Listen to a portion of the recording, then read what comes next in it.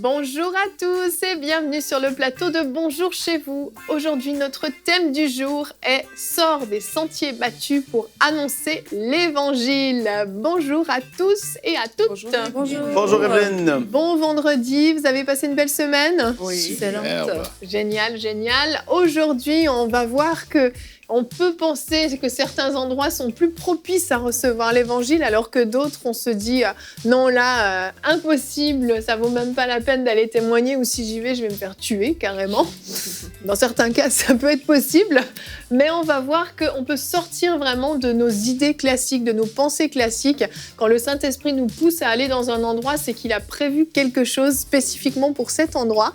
Et on découvrira dans la rubrique C'est mon histoire, en deuxième partie d'émission, le témoignage de Stéphane Caddy, le pasteur Stéphane Caddy, qui était venu il y a quelques semaines et qui nous a raconté justement comment Dieu l'a emmené dans un quartier très difficile, connu pour être difficile et dangereux, et que là-bas, il a vécu un mini-réveil assez extraordinaire. Donc on verra comment lui a dû sortir des sentiers battus justement pour annoncer l'Évangile.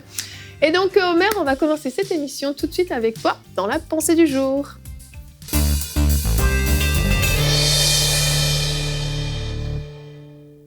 Alors, la pensée du jour d'aujourd'hui s'intitule « Va et raconte ce que Jésus a fait pour toi ». Le Seigneur a fait pour nous tous des grandes choses.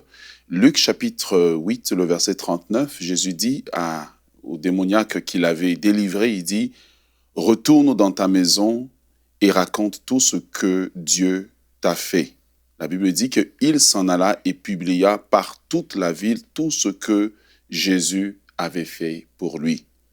Jésus, en fait, nous laisse l'exemple parfait et le modèle parfait de ce que nous devrions faire et être comme enfants de Dieu. Premièrement, Jésus va vers un terrain hostile, qui était un terrain des Samaritains, pour annoncer la bonne nouvelle. Sur ce terrain hostile, il rencontre un homme hostile, qui était hostile à sa communauté, qui vivait parmi des tombes, donc un territoire encore hostile. Encore, ce sont juste des hostilités sur son chemin. Mais Jésus n'hésite pas de s'arrêter vers cet homme-là pour lui annoncer un message. Et quand il lui annonce ce message, le message de l'Évangile est hostile aux démons qui sont en lui, et ces démons sont obligés de sortir. Mais une fois que l'homme a été transformé, l'homme pense qu'il faut juste s'asseoir maintenant au pied de Jésus. Mais Jésus lui dit, ne t'arrête pas là, c'est à ton tour maintenant d'aller vers un terrain hostile pour annoncer ce message transformateur. Amen. Et je pense que par cet exemple parfait, ce modèle que Jésus nous laisse, Dieu nous appelle à être comme cet homme qui a obéi. Il n'a pas dit « je suis un nouveau converti ». Il n'a pas dit « je ne connais pas la doctrine ». Jésus ne l'a pas envoyé pour annoncer une doctrine, mais Jésus lui a envoyé pour annoncer son témoignage, ce qu'il avait expérimenté. Et Dieu nous invite aujourd'hui à être comme Noé pour avoir le courage d'être différent. Dieu vous invite aujourd'hui à être comme Jonas, à enfin obéir à l'appel qu'il nous lance à chacun d'entre nous, jeunes convertis d'expérience, à aller vers un monde qui semble rejeter l'Évangile pour lui annoncer le message du salut. Et personne n'avait cru. Jonas ne croyait même pas que la ville de Ninive pouvait se convertir, mais quand il a obéi, la main de Dieu s'est manifestée. Et Dieu aujourd'hui veut se servir de chaque chrétien, de chaque croyant, pour aller vers un terrain hostile. Ça peut être votre lieu de travail, ça peut être votre famille, ça peut être le village d'où vous venez, ça peut être différents milieux dans lesquels vous œuvrez ou un quartier que Dieu vous a montré. Faites comme Jésus, allez vers le terrain hostile et faites confiance que Dieu va agir, mais aussi obéissez comme cet homme qui a obéi. Et Dieu, ce qu'il attend de nous, c'est que nous puissions obéir à l'appel qu'il a pour nous. Dans Matthieu chapitre 10, le verset 16, Jésus dit « Je vous envoie comme des brebis au milieu des loups. Soyez prudents comme des serpents et simples comme des colombes. L'appel de Dieu pour nous aujourd'hui, c'est de ne pas avoir peur, mais d'avoir le courage de se lever et aller vers un territoire, non pour essayer de faire un débat de religion, mais simplement pour raconter ce que Jésus a fait pour nous. Amen, amen. Merci beaucoup, Omer. C'est vrai qu'on se limite assez souvent par un terrain, un territoire qu'on va appeler hostile. Et parfois, c'est même juste notre propre famille devient un territoire hostile. Hostile pas à nous, mais hostile à l'Évangile. Et on se dit, bon, c'est impossible en fait. Et Jésus aurait pu, si ce n'était pas Jésus, parce qu'on sait qu'il connaît toutes choses, qu'il était fils de Dieu, 100% homme, mais aurait pu s'arrêter à ce terrain hostile, cet homme qui vit dans ces cimetières dont tu parlais, enchaîné, à moitié nu. Enfin, c'était une situation, des fois, si on prend le temps juste de la laisser être décrite et de l'imaginer, on réalise à quel point c'était quand même une scène qui était violente, en fait, qui était intimidante, qui était... Vraiment, je pense que les disciples, ils devaient un petit peu trembler à ce moment-là, mais justement, quand la gloire de Dieu se manifeste, c'est extraordinaire et le fruit en est que plus grand. Parce qu'on sait que ce démoniaque, comme tu le dis, a été envoyé ensuite lui aussi dans un terrain qui était tout aussi hostile. Et puis les fruits ont été extraordinaires. On en entend parler quelques passages plus loin. Donc on voit que ça a valu le coup. Et on a des fois tendance à, par peur justement d'un mauvais terrain, d'un mauvais cœur, de se dire « Ah non, c'est impossible et puis c'est beaucoup trop dangereux ». Puis on fuit, on fait demi-tour alors qu'en fait, il y a quelque chose de glorieux, de grandiose qui peut arriver. Le verset du jour d'aujourd'hui, je le trouve magnifique et j'espère qu'il va vous inspirer à la maison. Ésaïe 41 au verset 18 nous dit « Je ferai jaillir des fleuves sur les collines et des sources au milieu des vallées. Je changerai le désert en étang et la terre aride en cours d'eau. » Et c'est ce que le Seigneur peut faire dans les cœurs les plus secs, les plus endurcis. Il peut amener ce cours d'eau, ces sources d'eau de vie puissantes qui viennent hydrater et transformer en fait le paysage de ce cœur qui est complètement fermé en apparence à l'Évangile. Et Aurélie, il y a quelque chose qui est fantastique, c'est que peu importe où on va, parce quand on vit, on se déplace partout, mais on transporte quelque chose avec nous que personne ne peut nous enlever, c'est notre témoignage. Exactement, Evelyne. Et même avant de parler du témoignage, j'ai envie de dire par rapport à ce verset que Dieu a transformé quelqu'un qui était possédé par des démons en évangéliste. Oui. Et c'est souvent ça aussi qu'on doit avoir à l'esprit quand on dit de sortir des sentiers battus pour aller dans ce type d'endroit. Et en parlant de témoignage, mais il faut savoir que, en fait, le message est plus important même que le milieu, en fait. Si c'est le message qui te donne l'assurance, c'est le message que tu portes qui fait en sorte que tu peux te tenir devant des personnes, peu importe le milieu dans lequel tu es. Et une fois que tu as ce message, mais rien ne peut te l'enlever. Et le message, parfois, c'est notre témoignage. Et on le voit avec les apôtres, par exemple, dans la Bible. Quand on les a arrêtés dans Acte 4, je lisais ça encore ce matin, vraiment, c'est un passage que j'aime bien. Et là, ils sont partis devant le Grand Conseil. Le Grand Conseil, c'est des personnes qui ont livré Jésus à mort, en fait. Et devant eux, on a arrêté. Ils ont prêché l'Évangile. Ils ont prêché la mort et la résurrection de Jésus. Le contexte était bien sûr très réfractaire, vu que c'est eux qui ont, en fait, donné Jésus à mort. C'était fou. Mais ils ont prêché. Et dans le verset 13, la Bible nous dit que lorsqu'il vit l'assurance de Pierre et de Jean, il fut étonné car il savait que c'étaient des hommes du peuple sans instruction. Et il les reconnaissait pour avoir été avec Jésus. Donc, il les reconnaissait, c'était leur témoignage, en fait. On reconnaît que, voilà, ces gens marchaient avec Jésus. Quand tu annonces l'Évangile, il ne faut pas qu'il y ait cette impression de pression. Cette impression de pression. De pression à performer et tout ça. Ça, c'est quelque chose qu'on a tous passé par là, je crois. Mais il n'y a rien de plus désagréable que quand tu vas témoigner ou évangéliser. Évangéliser. Et puis que t'es ouais, c'est ça. Et puis que t'es mal à le faire, en fait. Et tu as une pression qui est là et tu parles aux gens et les gens ont un malaise pour toi. Oui. T'es tellement... Toi, toi-même, t'es même pas certain. Et puis Jésus, et là, et les gens, mais ça passe pas, en fait. Et juste le fait d'être toi-même, le fait d'être qui tu es, de témoigner ce que Dieu a fait pour toi, ça, personne ne peut te l'enlever. Jusqu'à ta mort, personne ne peut enlever ce que Jésus a fait pour toi. Il n'y a rien de plus puissant qu'un témoignage parce qu'il ne peut pas avoir de débat. J'étais malade, il m'a guéri. Les docteurs le disent. Annabelle, t'as compris. Hein? Oui. J'étais tel truc, pris par la drogue, il m'a délivré. Personne ne peut rien dire. Ouais. Et quand tu parles de ton témoignage et que tu es dans la paix, comme je dis, il n'y a pas ce sentiment de pression. Et je veux encourager vous tous qui regardez, n'ayez pas une pression de le faire. Faites-le juste par amour pour les gens, mais faites-le simplement. Essayez pas d'être comme votre pasteur, d'être comme le grand évangéliste que vous avez vu et tout ça. Soyez vous-même. Ayez juste une simplicité dans ce que vous dites. Et les gens, ça va les toucher parce qu'ils vont voir l'authenticité, en fait. Il faut refuser cette pression qui vient avec l'évangélisation parce que ça porte pas de fruit. Ouais, c'est clair. En tout cas, je veux pas bloquer le fruit, mais les gens, ça fait bizarre un peu. Mais c'est vrai que quand on le fait vraiment par devoir, on s'en fiche quelque part des gens et on va voir qu'ils sont hostiles. Et puis, on a mille raisons de ne pas le faire. Mais lorsque on le fait par amour pour Dieu et amour pour les gens, en fait, ça change tout parce que ça enlève cette pression que moi, je dois performer parce que je suis pas en train de le faire pour moi, je suis en train de le faire pour la personne. J'ai vraiment une bonne nouvelle à annoncer. N'aie pas pitié pour moi, ne fais pas semblant d'être intéressé. Pour moi, j'ai rien à te vendre, j'ai rien à gagner. C'est juste la vie, c'est la vie éternelle que je suis en train de te proposer, mais c'est un choix.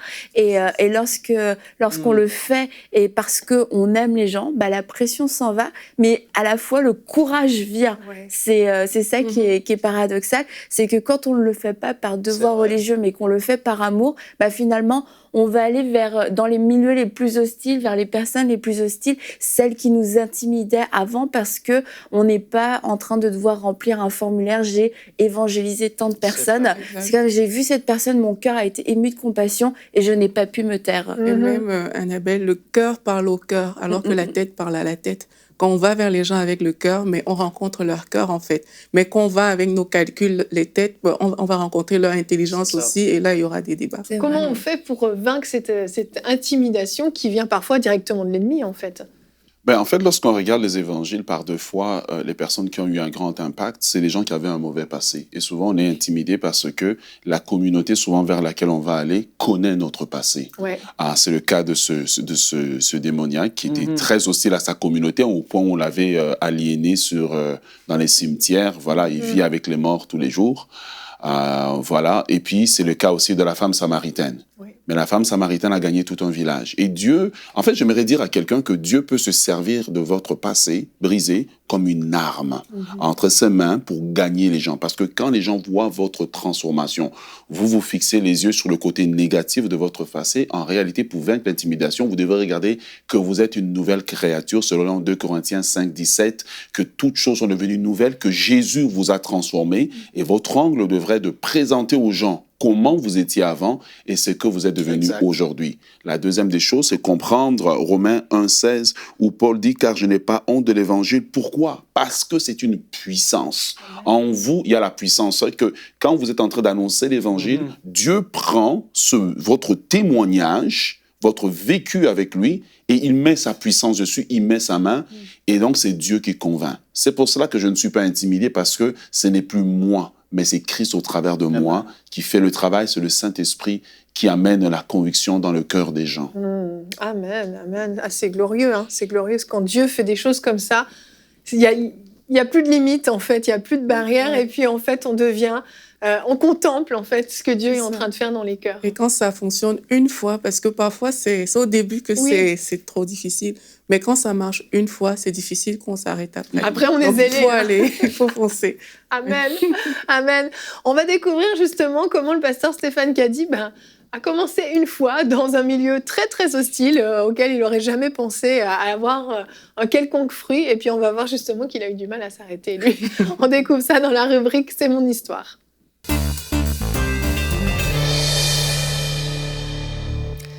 Et on se retrouve pour la rubrique « C'est mon histoire ». Aujourd'hui, j'ai le grand plaisir d'avoir avec moi le pasteur Stéphane Caddy. Bonjour Stéphane. Bonjour Evelyne. Comment vas-tu aujourd'hui ? Très bien, on est très bien au Québec. Super Evelyne. T'es bien, c'est vrai ? Un peu froid, mais ça va, on est bien quand même.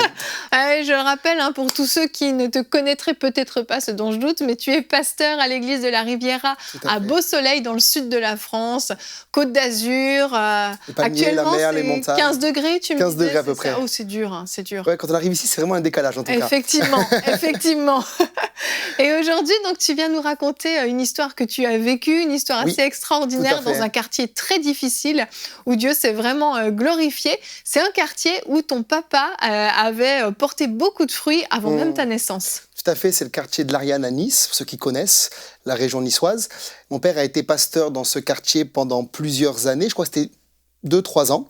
Et il a vécu un réveil spirituel, puisque là-bas, je sais qu'il m'avait dit que, par exemple, lors d'une réunion, on a amené un musulman, entre midi et 2, un jeûne et prière. Mon père a prié pour lui, et cet homme s'est levé, il a marché. Wow. Il y avait eu des cancers guéris, je crois que c'est 3 cancers dans l'année, des conversions, des délivrances. Et pour une raison personnelle, il a dû partir après sur la Corse, où il a pris une église sur Ajaccio. Et les gens avaient été marqués par le réveil là-bas, en fait. Et moi, j'ai jamais connu cette église-là, mais par les oui-dire, j'ai su vraiment quelque chose de fort s'était passé là-bas. Et ensuite, donc toi, tu es né, tu as grandi et tu es devenu pasteur à ton tour. Oui. Et une sœur de l'église, un jour, vient te voir et te dit Oui. il y a un couple pour qui il faudrait que tu ailles prier dans ce quartier. Tout à fait, c'était une sœur âgée de mon église qui a connu le réveil avec mon papa dans ce quartier-là. Elle était membre aujourd'hui dans notre assemblée à Beau-Soleil. Et elle m'a dit, est-ce que tu peux venir prier pour un couple en difficulté? Alors j'ai dit, bon, oui, il y a un besoin, on y va. Et je me suis donc déplacé, j'ai rencontré le couple, c'était très compliqué, c'était vraiment loin de Dieu, on a prié ensemble et le couple a été restauré par le Seigneur.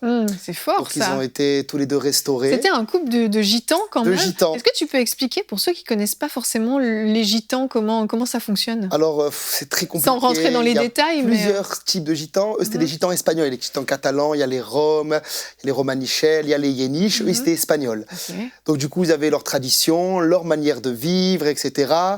Et du coup, je n'étais pas du tout habitué à travailler avec des gens qui étaient gitans. Mais ça s'est très bien passé. Et suite, en fait, à cette délivrance-là, ils m'ont proposé de revenir la semaine d'après, chose que j'ai faite. Et les enfants et les cousins et les cousines ont commencé à venir. Et je me suis dit, Stéphane, c'est le moment de prêcher l'Évangile. Ah ouais. Donc, j'ai commencé à faire une réunion. Et là, à mon grand étonnement, en priant, la présence de Dieu est descendue et rapidement, des gens tombaient dans l'esprit, des gens pleuraient, étaient convaincus de péché. Et j'ai dit, mais c'est fou. Et après, ils ont commencé à me dire, mais il y a un cousin là-bas qui est alcoolique, il faut aller prier chez lui.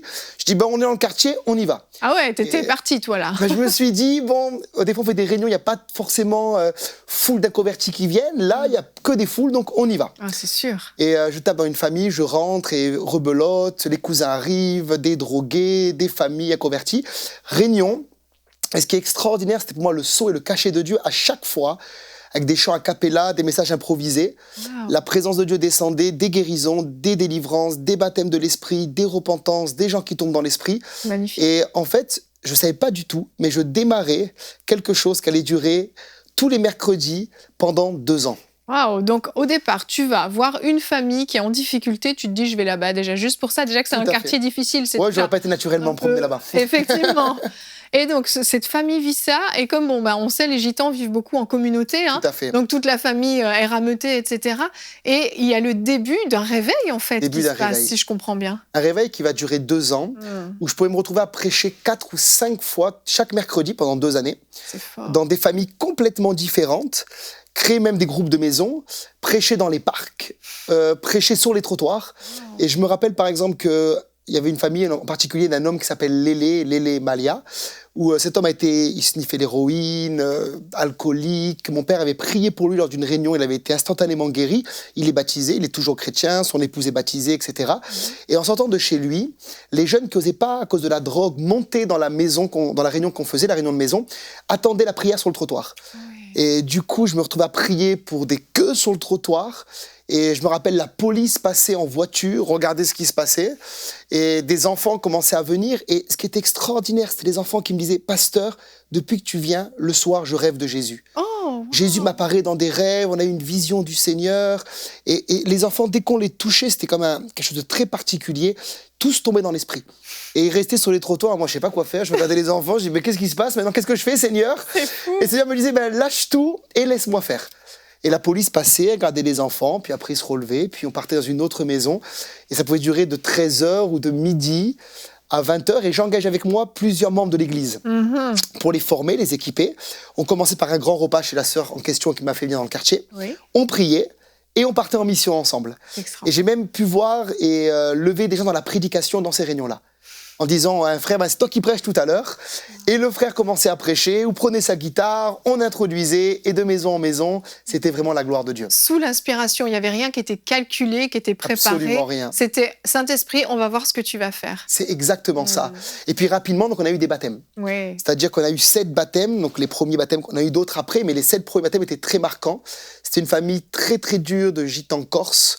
Et personne ne voulait vraiment parler de Jésus avec eux, il faisait vraiment peur aux gens. Et on a baptisé 7 personnes de cette famille. Alors on a pris un terrain, c'était un terrain qui appartenait à un des gitans. On a gonflé une piscine, on a fait un barbecue, on leur a dit d'inviter tout le quartier, toute leur famille, ils sont tous venus. On a fait une grande réunion d'évangélisation et on a baptisé les 7 personnes et on a fait un grand barbecue avec tous les membres de l'église de la Riviera qui étaient invités. Ça a été quelque chose de glorieux. C'est génial, c'est magnifique. Un jour, il y a un petit garçon, tu me disais, qui est tombé dans l'esprit, qui a vécu quelque chose de très très fort. Alors là, c'était très particulier parce qu'ils n'avaient aucune éducation chrétienne. Là, on parle vraiment de gens qui n'ont pas fait l'école du dimanche, qui ont aucune culture, qui ne lisent pas la Bible. Certains ne savent pas lire, certains n'ont jamais été à l'école, sont sortis très tôt de l'école. Enfin, c'est pas du tout un contexte. Et je le redis, naturellement, c'est pas mon environnement. Oui. C'est pas là où j'aurais été, moi. D'ailleurs, ça a duré 2 ans. Au bout de 2 ans, Dieu m'a dit de passer maintenant dans une autre saison de ma vie. Mais j'ai investi pendant 2 ans tous mes mercredis pour ces familles. Et notamment, j'ai fait une réunion de maison pour les enfants, où vous avez des questions-réponses, ils pouvaient poser la question, donc qui est Jésus, pourquoi Jésus est né de la Vierge Marie, pourquoi il est né à Bethléem, des questions de base, etc. Et après la réunion, j'ai commencé à prier pour les enfants. Et je me rappelle d'un enfant qui est tombé dans l'esprit et il est resté au sol pendant plusieurs heures. Et moi, j'ai dû partir faire des courses, après faire ma vie. Oui. Mais j'avais une totale paix que c'était pas mon œuvre, c'était l'œuvre de Dieu et que Dieu veillait. Donc j'ai fait mes courses, tout ça. Et au bout de plusieurs heures, le grand-père a eu peur, il l'a réveillé. Et l'enfant s'est réveillé en parlant en langue. Alors qu'il n'était pas baptisé de l'esprit du tout, il ne savait même pas ce que c'était, il ne connaissait pas du tout les textes de Marc 16, Acte 2, rien du tout. Et l'enfant a dit qu'il est monté au ciel, il a vu le Seigneur. Et il a décrit des choses glorieuses que j'en ai les larmes aux yeux en parlant, c'est émouvant. Et mon amie a écrit ça dans un cahier. Et elle a pu nous lire ces choses-là et c'était tellement merveilleux. On dit c'est pas possible qu'un enfant ait pu inventer ça. C'est vraiment, ça défie toute la raison, mais c'était vraiment pas mon œuvre, je le redis, c'était vraiment l'œuvre de Dieu. Ah, c'est magnifique. Il y a une histoire aussi d'une famille dont l'homme était vraiment très très mal en point. Oui, alors ce garçon s'appelle Pelé et Dolores, ils sont aujourd'hui membres actifs de notre église, il est photographe dans l'église. Le papa de ce jeune homme était pasteur et c'est mon père qui l'avait amené au salut. Son papa d'ailleurs est mort du sida à cause de l'héroïne, c'était un voyou, etc. Mais il a eu un ministère glorieux, qui n'a pas été long mais glorieux. Et on m'a parlé de ce jeune homme et je suis rappelé de son papa qui était avec mon papa dans le ministère pendant un temps sur Nice. Oui. Et je suis allé visiter ce jeune homme, il était dans la drogue, il a été 2 fois en prison, il était violent, il était alcoolique. Mais j'avais un amour et j'ai toujours un amour pour ce jeune qui est dans mon église avec son épouse Dolores. Et j'ai conseillé des réunions et il n'y avait rien qui se passait pour lui au début. Il était fermé, etc. Mais Dieu m'a dit persévère, il y a quelque chose, il va être un élément clé pour ce réveil. Et j'ai persévéré et il a été délivré de la drogue, il y avait des dons spirituels, son épouse a commencé à prophétiser dans les réunions. Et les enfants ont été touchés par la grâce de Dieu. Et Dieu l'a libéré. Il est membre de l'église. Il va très bien aujourd'hui. Peut-être sa photo peut s'afficher. Voilà, Pelé, Dolores, les enfants. Le nom gitan, c'est l'Argentina, elle s'appelle. Dolores, c'est l'Argentina. Et j'ai même passé un jour de l'an avec eux à Barcelone, dans leur famille, parce que de son côté à elle, elle a des pasteurs. Et on a fait un super jour de l'an ensemble là-bas. Et c'est glorieux de voir ce que Dieu a fait pour eux. Ouais, c'est magnifique. C'est des histoires extraordinaires, vraiment, que tu as vécues là-bas. Et tu me disais, ça a duré 2 ans, mais à un moment donné, vous êtes passé à une autre dimension. Vous étiez plus juste dans les maisons, mais le curé du quartier t'a approché. Alors, on a commencé dans un cabinet d'ostéopathe. Okay, oui. Un chrétien de mon église qui est un ancien cabinet d'ostéopathe dans cette ville. Et il nous a prêté le cabinet. Il y a même eu un baptême dans le cabinet. Et le cabinet, au début, on mettait 30 personnes dedans. Et rapidement, on a dû ouvrir la porte et des gens étaient sur le trottoir. Et un jour, une gitane a eu des manifestations démoniaques. Elle est tombée, elle a commencé à crier. La porte était ouverte. Et juste en face, c'était la mosquée. Donc l'imam est sorti, c'était l'heure de la prière le vendredi. Il est rentré, il a vu du monde partout. Bon, il disait rien aux gitans, je pense que c'était... En voyant les têtes, il a dû se dire, on va rien dire. Et quand il a vu la femme pousser des cris, nous on parlait en langue, on chassait les démons, il a juste dit, ça je respecte. Et jusqu'à ce jour, l'imam nous a respectés dans le travail qu'on a fait d'évangélisation. Ah, c'est surprenant, ça. Et rapidement après, on a senti que c'était pas suffisant, on a prié Dieu, et le prêtre catholique nous a prêté sa paroisse. Alors c'était surnaturel, on l'a pas contacté, c'est lui qui nous a contactés en disant, le père Patrick, venez, je vous prête ma paroisse. Moi, la seule condition, c'est une conviction personnelle, c'était que ce soit nous qui animions les cultes. À notre manière, à nous, je voulais pas trop, voilà, qu'il y ait de confusion. Et donc c'était vraiment, on prêchait la croix, on prêchait Jésus, c'était notre groupe de louanges qui intervenait, c'est nous qui prions pour les malades. Et donc il nous a laissé totalement faire, et on pouvait monter jusqu'à plus de 200 personnes, il a une salle de 300 qui était parfois pleine ou pratiquement pleine, et il y a eu des baptêmes de l'esprit lors de la première réunion. Une dame de son église, de sa paroisse à lui, était guérie d'un cancer.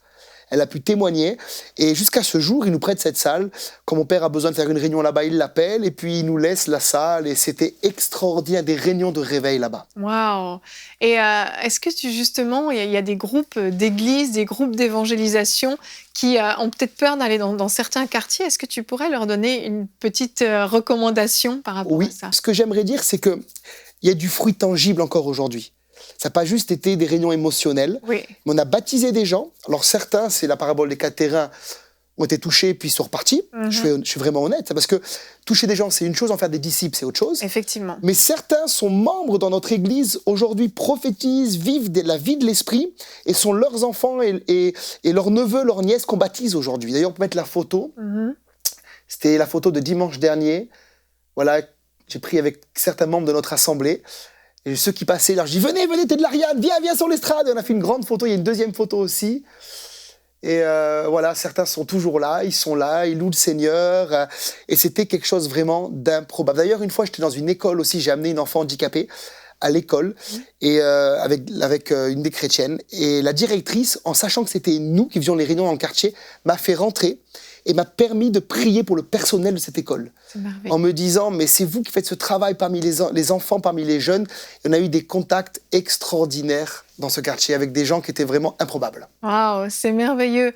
Stéphane, merci beaucoup d'être venu nous partager cette histoire qui est non seulement à la gloire de Dieu, mais qui montre aussi que vraiment Dieu se soucie de tout type de personnes. Et il y a pas, c'est pas parce qu'on est dans un quartier difficile que Dieu nous a oubliés, mais Dieu se soucie vraiment de tout le monde. Amen, exactement. Exactement. Merci en tout cas d'avoir reçu Yvine à cette émission. Merci. Et je vous encourage, soyez disponibles pour le Seigneur et ne mettez pas de barrières, mettez pas de limites, laissez-le faire. Peut-être votre appel, c'est pas les Gitans, peut-être c'est un autre peuple, mais là où l'Esprit vous conduit, allez-y. Amen. Merci beaucoup Stéphane. Je t'en prie Evelyne. Le but de cette émission, c'est de vous pousser, de vous encourager, de vous fortifier à aller de l'avant, à ne plus vous limiter à cause d'un milieu, à cause d'un endroit, à cause de circonstances qui vous font croire que là, je vais pas briller, je suis même pas une lumière dans cet endroit-là, je vais m'éteindre quand je vais y arriver. Non, pas du tout. Vous êtes une lumière partout où vous allez, c'est la lumière de Christ qui vit en vous.